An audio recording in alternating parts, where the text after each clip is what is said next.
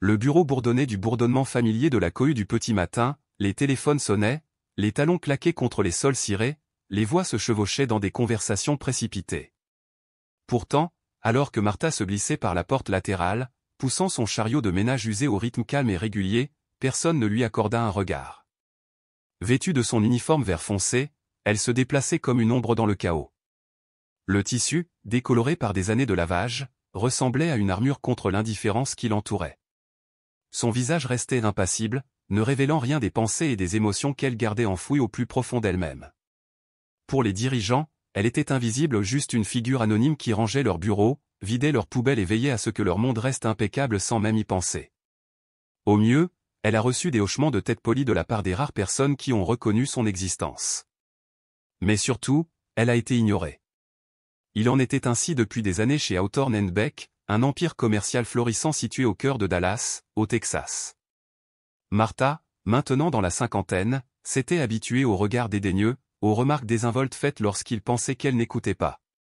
Elle se souvint d'un commentaire de la semaine dernière. Elle ne fait même rien pour le moment, marmonna quelqu'un alors qu'elle se tenait tranquillement dans un coin, attendant la fin d'une réunion pour pouvoir nettoyer la salle de conférence. Martha n'a jamais réagi. Elle ne leur a jamais donné cette satisfaction. Elle avait appris depuis longtemps que le silence était sa meilleure arme. Mais ce que personne dans ce bureau étincelant ne savait, ce que personne ne soupçonnait, c'était que Martha détenait un secret. Un secret suffisamment puissant pour ébranler toute l'entreprise. Elle n'était pas impulsive. Elle n'avait jamais été du genre à agir de manière imprudente. Martha croyait à la patience, à l'observation, à l'attente du bon moment. Et aujourd'hui, alors qu'elle se déplaçait dans les couloirs brillamment éclairés, prétendant n'être qu'une autre présence inaperçue, elle le sentit au plus profond de ses os. Ce moment approchait. Un monde de pouvoir et de silence. La matinée s'est déroulée comme les autres. Martha polit les portes vitrées jusqu'à ce qu'elles brillent, passa l'aspirateur sur les épais tapis du hall et rangea les bureaux encombrés laissés par ceux qui étaient trop importants pour nettoyer après eux. Pendant qu'elle travaillait, des conversations flottaient dans l'air, des discussions sur des accords à enjeux élevés, des stratégies d'entreprise et des jeux de pouvoir auxquels elle ne participait pas. Cependant, un échange particulier lui fit serrer les doigts autour de la poignée de son chariot. L'Assemblée générale des actionnaires aura lieu la semaine prochaine, dit une voix pleine de confiance. Et nous n'avons rien à craindre. Le conseil d'administration adore les chiffres et le PDG est intouchable. Aucune personne saine d'esprit ne le défierait. La poigne de Martha se resserra. Elle gardait le visage vide, ses mouvements réguliers, mais à l'intérieur, elle bouillonnait. Il n'avait aucune idée à quel point il se trompait. Mais elle l'a fait. Derrière les murs de verre. Hawthorne & Beck était fier de son image élégante et moderne. Le siège social de l'entreprise, un imposant monument de verre au cœur de la ville, était régulièrement présenté dans les magazines économiques, salué comme un phare de l'excellence de l'entreprise. À l'intérieur, cependant, la vérité était loin d'être glamour. Sous le vernis poli se trouvait un monde impitoyable où le pouvoir était une monnaie d'échange, et ceux qui n'en possédaient pas étaient écartés sans arrière-pensée. Martha avait passé près d'une décennie à parcourir ces salles, témoin de la politique qui se déroulait dans des conversations chuchotées et des réunions à huis clos. Les promotions n'étaient pas accordées aux travailleurs les plus acharnés, mais à ceux qui parlaient le plus fort. Les erreurs n'ont jamais été reconnues mais transférées aux impuissants. Et tout en haut se trouvait Alan Grieve. Le PDG respirait dans une égale mesure la confiance, l'autorité et l'arrogance. Il a prospéré grâce au contrôle, faisant taire l'opposition avec des remarques acerbes et un regard cinglant. Pour lui, le succès comptait avant tout, les gens n'étaient que des outils à utiliser, puis à jeter lorsqu'ils n'étaient plus utiles. Martha se souvenait de la façon dont il parlait des employés qui ne correspondaient pas à l'image de son entreprise soigneusement conçue. Elle est toujours là, il s'était moqué une fois d'une secrétaire plus âgée. Pourquoi ne l'avons-nous pas encore retirée? Ce n'est pas comme si elle ajoutait de la valeur. Ce n'était pas que des mots. L'entreprise était criblée de pratiques contraires à l'éthique. Les primes des employés de niveau inférieur ont été discrètement réduites, alors même que les dirigeants se targuaient de bénéfices records. Les notes de frais étaient remplies de voyages luxueux et inutiles. Les lanceurs d'alerte ont été traités rapidement, ils ont disparu de leur bureau, leur présence effacée comme s'ils n'avaient jamais existé. Martha et le reste du personnel de nettoyage en ont fait les frais. Elle avait vu des collègues fondre en larmes après avoir été réprimandés pour avoir raté un grain de poussière. Leur salaire restait stagnant et leur charge de travail ne faisait que s'alourdir. Mais le pire, c'était la façon dont ils étaient traités, comme s'ils n'étaient pas du tout des êtres humains. Le moment qui a tout changé. Un incident est encore gravé dans la mémoire de Martha. Un jeune stagiaire se précipitait dans le couloir lorsque son café lui glissa des mains et éclaboussa le sol en marbre immaculé juste à l'extérieur du bureau d'Alan. Le garçon se figea, l'horreur inscrite sur son visage tandis que le riche liquide brun se répandait en une tache disgracieuse. Alan arriva au coin de la rue, son expression se durcissant. « Vous plaisantez, j'espère » cracha-t-il. Son regard perçant se tourna vers Martha, qui venait d'arriver avec sa serpillière et son seau. « Nettoyez ça » aboya-t-il, comme si c'était elle qui l'avait renversé. Le stagiaire balbutia des excuses, mais Alan le renvoya d'un geste de la main, comme s'il n'était rien d'autre qu'un inconvénient. Ce moment était resté gravé dans l'esprit de Martha. Non pas parce que c'était la première fois qu'elle était traitée comme si elle était invisible. Mais parce que c'était un parmi tant d'autres. Et ces moments où les paroles cruelles, l'indifférence, l'injustice s'étaient accumulées comme des pierres sur une balance. Elle n'a pas été brisée par eux. Elle était alimentée par eux. Pendant des années, Martha était restée silencieuse. Elle avait regardé. Elle avait écouté. Et elle avait prévu. Les dirigeants qui l'ont licenciée, le PDG qui se croyait intouchable, n'avaient aucune idée qu'elle surveillait chaque décision contraire à l'éthique, chaque mensonge enfoui sous des rapports raffinés, chaque accord chuchoté qui n'aurait jamais dû avoir lieu. Et bientôt, la balance allait pencher. Le secret de Martha n'était pas seulement la connaissance. C'était le pouvoir. Et elle était enfin prête à l'utiliser. Martha n'était pas qu'une simple femme de ménage. Elle était la plus grande actionnaire de Hawthorne & Beck, un titre dont elle avait hérité après le décès soudain de son mari, Martin. Peu de gens connaissaient la vérité. Martin avait été l'un des premiers investisseurs dans l'entreprise, achetant discrètement des actions alors que personne d'autre ne croyait en son potentiel. Au moment de son décès, ces actions s'étaient transformées en une participation majoritaire, faisant de Martha la personne la plus puissante de l'entreprise, même si personne ne s'en rendait compte. Au début, elle fut bouleversée par cette autorité inattendue. Elle n'était ni une stratège d'entreprise ni une dirigeante de conseil d'administration. Elle n'était que Martha, une femme qui avait passé des années à élever 2 enfants, à surmonter les difficultés de la vie et à trouver du réconfort dans sa routine.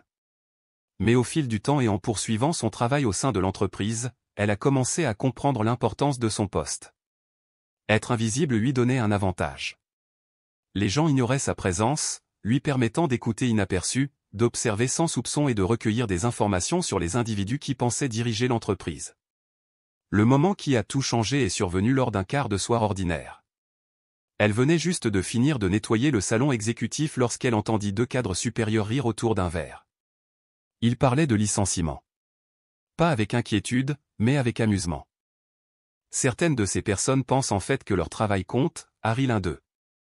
Ils n'ont aucune idée à quel point ils sont remplaçables. Martha se figea sur place, saisissant le chiffon de nettoyage dans sa main. Pour ces hommes, les employés n'étaient pas des personnes avec une famille, des factures et des aspirations. Ce n'était rien d'autre que des chiffres, facilement écartés sans arrière-pensée.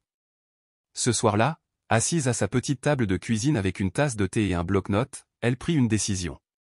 Elle a commencé à écrire, ne sachant pas où cela l'amènerait mais sachant qu'elle ne pouvait plus garder le silence. Elle a énuméré les pratiques contraires à l'éthique dont elle avait été témoin, les employés qui avaient été maltraités, les moments qui l'avaient marqué au fil des années. Au lever du soleil, elle avait un plan qui allait tout changer.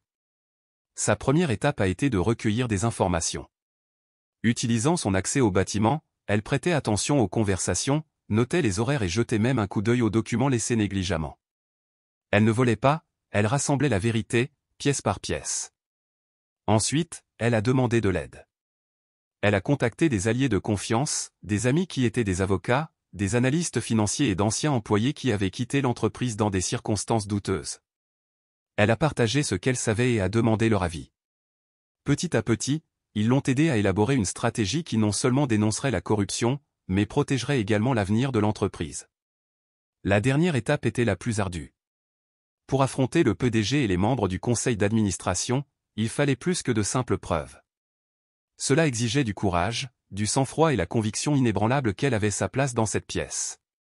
Elle s'entraîna à parler devant le miroir, raffermissant sa voix, se rappelant qu'elle ne faisait pas cela juste pour elle, mais pour tous ceux qui avaient déjà été ignorés, sous-estimés ou traités comme jetables.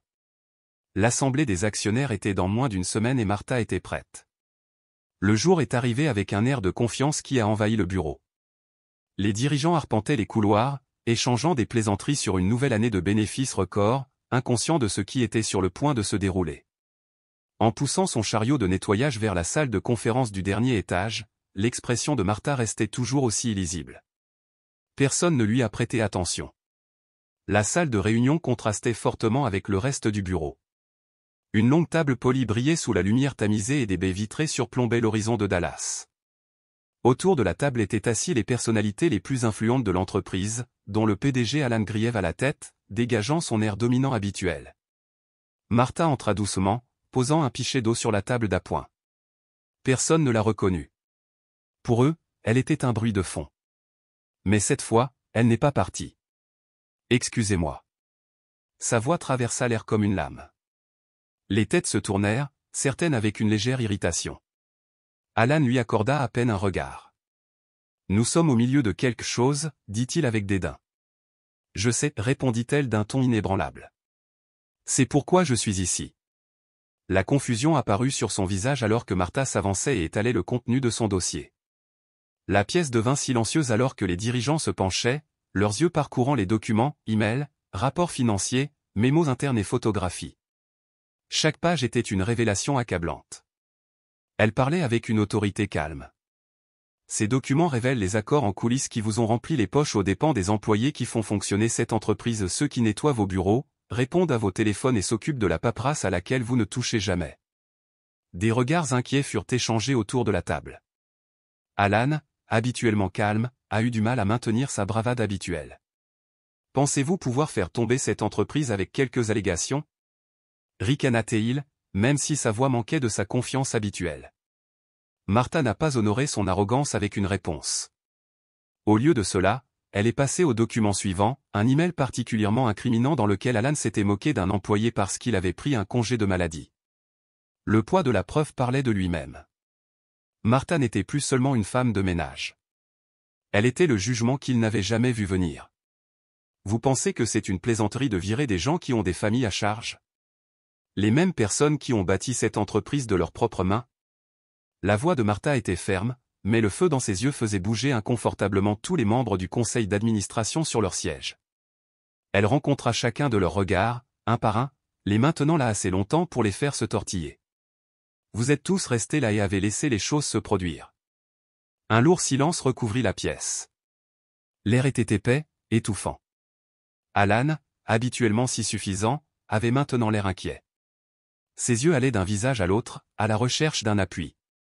Mais aucun de ses collègues ne s'est précipité à sa défense. Personne n'a osé.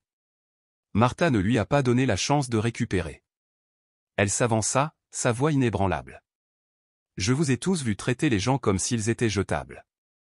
Mais laissez-moi vous rappeler quelque chose, vous avez peut-être des titres et des postes prestigieux, mais je détiens la majorité des actions. Et aujourd'hui, j'utilise ce pouvoir. Elle fouilla dans son sac et en sortit un document net et officiel, imprimé sur du papier à en-tête de l'entreprise. La signature d'Alan lui rendit son regard au bas de la page. Voici la lettre de démission d'Alan Grieve, a-t-elle déclaré, laissant les mots s'imprégner. Voici mon offre. Soit il quitte son poste de PDG et ce conseil d'administration s'engage à une refonte éthique, soit je vends mes actions. Et croyez-moi, si cela se produit, cette entreprise sera confrontée au genre de surveillance à laquelle elle ne survivra pas. Le silence s'approfondit. Certains membres du conseil d'administration détournèrent le regard. D'autres pâlirent. Puis Alan a éclaté. Sa voix résonna à travers la pièce. Pour qui diable te prends-tu, qui vient ici avec des revendications? Tu es une foutue femme de ménage. Martha n'a pas bronché. Elle rencontra son regard avec un regard calme et constant qui fit frissonner la pièce. Non, monsieur Grieve, dit-elle, sa voix coupant la tension comme une lame. Je suis l'actionnaire majoritaire de Hawthorne & Beck. Et aujourd'hui, je vous vire. L'impact de ces paroles frappa comme un marteau. La pièce inspira collectivement. Le visage d'Alan s'est vidé de ses couleurs, son arrogance caractéristique s'évaporant dans les airs. Tu plaisantes, balbutia-t-il, sa voix à peine au-dessus d'un murmure. Martha ne sia pas. Non, monsieur Griève. Ce n'est pas le cas. Elle se tourna vers le tableau, le regard vif et inflexible. Pendant des années, j'ai vu la corruption s'aggraver dans cette entreprise. J'en ai les preuves, notes de frais frauduleuses, licenciements illégaux, plaintes de harcèlement enterrées. Et aujourd'hui, je fais en sorte que tout cela soit révélé au grand jour. Le chaos a éclaté. Les protestations d'Alan devinrent désespérées, sa voix s'élevant, mais cela ne servit à rien. Les membres du comité se précipitèrent pour examiner les documents, feuilletant les pages, échangeant des regards nerveux. Un par un, la prise de conscience s'est installée, Martha les avait coincés. Cela n'a pas pris longtemps. Le vote a été rapide, inévitable. Alan Griève a été démis de ses fonctions l'après-midi même. La sécurité est arrivée et le PDG autrefois puissant a été escorté hors du bâtiment, ses cris résonnant dans les couloirs. Martha resta ferme alors que la poussière retombait. Les mêmes cadres qui l'avaient autrefois licenciée la regardaient maintenant avec un mélange de crainte et de honte. Mais elle n'a pas demandé leur approbation. Elle avait des choses plus importantes sur lesquelles se concentrer. Au petit matin, la nouvelle s'est répandue comme une traînée de poudre. La compagnie entière bourdonnait de chuchotements. La femme de ménage? Celui auquel personne n'a prêté attention? Elle était l'actionnaire majoritaire tout ce temps? Les conversations remplissaient les salles de repos et les couloirs, non pas de commérage dédaigneux, mais de respect retrouvé. Admiration. Même la culpabilité. Mais Martha ne s'attarda pas. Le lendemain, elle est entrée dans le bureau, non pas avec une serpillière, mais avec un presse-papier et un plan. Elle n'était pas là seulement pour destituer un PDG toxique. Elle était là pour reconstruire une entreprise en faillite. Dans les semaines qui ont suivi, un véritable changement s'est dessiné. Elle a commencé là où cela comptait le plus, avec les personnes qui avaient été ignorées pendant trop longtemps. Le personnel de nettoyage, les préposés à l'entretien et les jeunes employés ont finalement obtenu les augmentations qu'ils méritaient. Les politiques RH ont été réécrites, garantissant que chaque plainte de harcèlement fasse l'objet d'une enquête par un organisme de surveillance indépendant. Elle a détruit la culture de la peur et du silence qu'Alan avait cultivée. Le conseil d'administration, autrefois complice, se retrouve désormais tenu responsable. Une formation régulière en matière d'éthique et d'inclusion est devenue obligatoire. Le bien-être des employés n'était plus une préoccupation secondaire, c'était une priorité. Pour la première fois depuis des années, les habitants de Hawthorne et de Beck se sont sentis valorisés. Martha ne s'est pas arrêtée là. Elle a introduit des forums ouverts où les employés, quel que soit leur poste, pouvaient exprimer leurs préoccupations, partager des idées et se faire entendre. Un après-midi, alors qu'elle traversait le bureau, un jeune stagiaire s'approcha d'elle avec hésitation. Le même stagiaire qui avait renversé du café devant le bureau d'Alan il y a des mois. « Merci », dit-il d'une voix sérieuse. « Pour tout ce que tu as fait. » Marthe sourit. « Non, nous avons fait ça ensemble. » Dehors, l'horizon de Dallas scintillait sous le soleil de l'après-midi. Martha fit une pause, admirant l'imposant bâtiment de verre qui semblait autrefois si impénétrable. Elle avait été invisible pour eux autrefois. Mais plus maintenant. La vie a tendance à sous-estimer ceux qui regardent, endurent et attendent le bon moment pour agir. L'histoire de Martha est la preuve que les personnes les plus inattendues peuvent devenir les catalyseurs de changements extraordinaires.